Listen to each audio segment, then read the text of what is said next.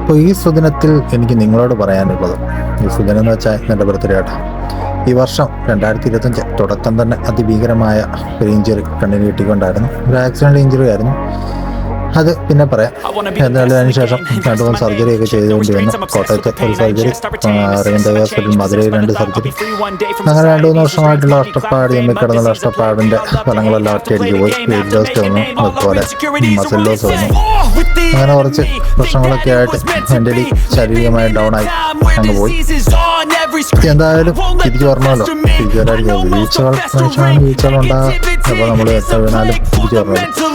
എന്തായാലും അങ്ങനെ ഒരു സിറ്റുവേഷൻ കൂടെ വന്നാൽ എല്ലാവർക്കും നന്ദി. അതുപോലെ കൂടെ നിന്നിട്ട് പറ്റിച്ചിട്ട് ഇവർക്കും നന്ദി. പല മെയിൻ ഫാമിലി, പല സുഹൃത്തുക്കൾ അവിചാരിതമായി കൂടെ വന്ന ആൾക്കാരുണ്ട്. പ്രതീക്ഷിച്ചിട്ട് കൂടെ നിൽക്കാത്തവരുണ്ട്. അതൊക്കെ പോട്ടെ, അത് ഓരോരുത്തരോ കാര്യം നമ്മൾ മൈൻഡ് ചെയ്യേണ്ട കാര്യമല്ല. എൻഡ് ഓഫ് ഡേ എന്തൊക്കെ പറഞ്ഞെന്ന് പറഞ്ഞാലും നമ്മൾ മെൻ്റലി നമ്മളെ ബൂസ്റ്റ് ചെയ്യുക, മോട്ടിവേറ്റ് ചെയ്യുക, നമ്മൾ തിരിച്ചു വരാനായിട്ട് മാക്സിമം ശ്രമിക്കുക.